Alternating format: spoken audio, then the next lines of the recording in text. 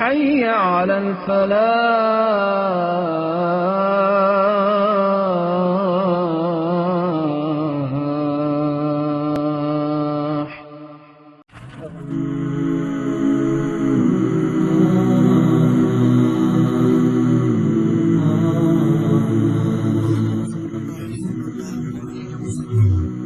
اچھا، کبھی سوچا ہے کہ انسان کی خواہشات کی کوئی حد کیوں نہیں ہوتی؟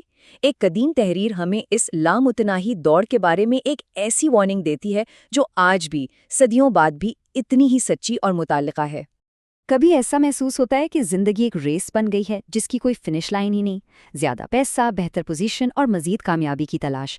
یہ ایک نا ختم ہونے والا چکر سا لگتا ہے، اور آپ کو یہ جان کر حیرت ہوگی کہ یہ کوئی نیا مسئلہ نہیں ہے۔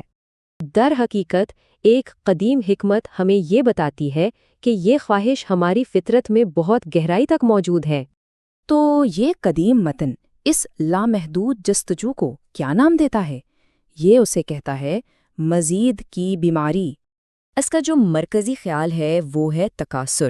یہ صرف چیزیں جمع کرنا نہیں ہے، بلکہ یہ ایک دوسرے سے دولت، اولاد اور سماجی حیثیت میں آگے نکلنے کا ایک جنون ہے، ایک مقابلہ ہے۔ یہ متن اسے ایک شیطانی چکر کا نام دیتا ہے، یعنی جتنا زیادہ ملتا ہے اتنا ہی اور پانے کی خواہش بڑھتی ہے۔ یہ ایک ایسی پیاس ہے جو کبھی نہیں بجھتی اور ہمیں زندگی کی اصل حقیقتوں سے دور، بہت دور لے جاتی ہے۔ لیکن یہ دوڑ ہمیشہ نہیں چلتی۔ اس کی ایک حتمی منزل ہے، ایک ایسی فنش لائن جسے کوئی بھی پار نہیں کر سکتا۔ یہ آیت دو بہت اہم باتوں پر روشنی ڈالتی ہے۔ پہلی تو یہ کہ یہ خواہش ایک ایسی چیز ہے جو ہمیں اصل مقصد سے بھٹکا دیتی ہے، اور دوسری بات یہ کہ اس دوڑ کا اختتام بہت حتمی ہے، جو قبر پر جا کر ہی ختم ہوتی ہے۔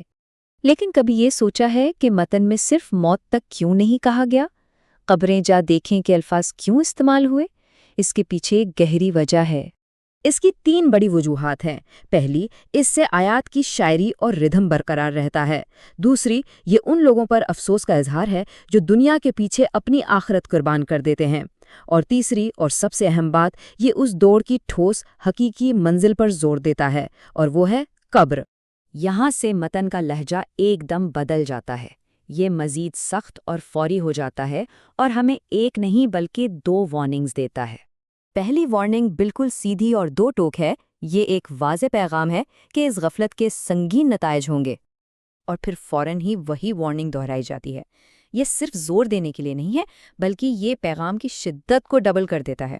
تو اس دوہری وارننگ کا مطلب کیا ہوا؟ یہ اس بات کی طرف اشارہ ہے کہ نتائج بھی دوہرے ہوں گے، اس دنیا میں بھی اور آخرت میں بھی۔ یہ ایک طرح سے دوہری رسوائی کی وارننگ ہے۔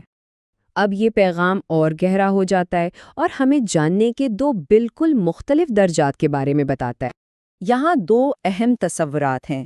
ایک ہے علم الیقین، یعنی وہ علم جو دلیل اور ثبوت کی بنیاد پر ہوتا ہے اور جو ہمیں ابھی عمل کرنے پر اکساتا ہے، اور دوسرا ہے عین الیقین، یعنی وہ یقین جو آخرت میں سب کچھ اپنی آنکھوں سے دیکھ کر حاصل ہوگا جب عمل کا وقت ختم ہو چکا ہوگا۔ پیغام بالکل صاف ہے، سب کچھ اپنی آنکھوں سے دیکھنے کا انتظار مت کرو۔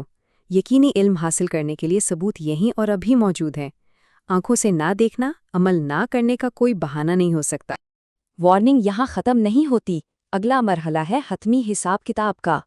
متن واضح کرتا ہے کہ ایک دن ہم سب سے ان نعمتوں کے بارے میں ضرور پوچھا جائے گا جو ہمیں دی گئی تھیں، لیکن یہ نعمتیں ہیں کیا؟ لیکن نعمتوں سے کیا مراد ہے؟ کیا یہ صرف پیسہ اور دولت ہے؟ نہیں، بالکل نہیں۔ یہ لفظ بہت وسیع ہے۔ اس میں صرف دولت نہیں، بلکہ ہماری صحت، ہماری آنکھیں، کان، ہمارا ذہن، ہماری صلاحیتیں اور ہمارا وقت، سب کچھ شامل ہے۔ یعنی ہر نعمت ایک ذمہ داری ہے۔ اور اب ہم اس متن کی سب سے حیران کن بات پر آتے ہیں، وہ الفاظ جو کہے ہی نہیں گئے۔ آخری آیات کی ساخت کچھ اس طرح ہے، اگر تم یقینی علم کے ساتھ جانتے تو پھر۔ متن یہاں اچانک رک جاتا ہے۔ یہ تو پھر کیا والا حصہ جان بوجھ کر چھوڑ دیا گیا ہے۔ یہ کوئی غلطی نہیں، بلکہ ایک بہت طاقتور ادبی تکنیک ہے۔ نتیجہ چھوڑ کر متن ہمیں مجبور کرتا ہے کہ ہم خود اس خالی جگہ کو پر کریں اور اس کے نتائج پر غور کریں۔ تو آخری سوال یہی ہے، اگر ہم واقعی اس حقیقت کو یقینی طور پر جانتے، یعنی مزید کی بیماری، ناگزیر انجام اور حتمی حساب کتاب، تو کیا ہم اپنی زندگی مختلف طریقے سے نہ گزارتے؟ یہی وہ انکہی وارننگ ہے جس پر غور کرنے کے لیے یہ متن ہمیں چھوڑ جاتا ہے۔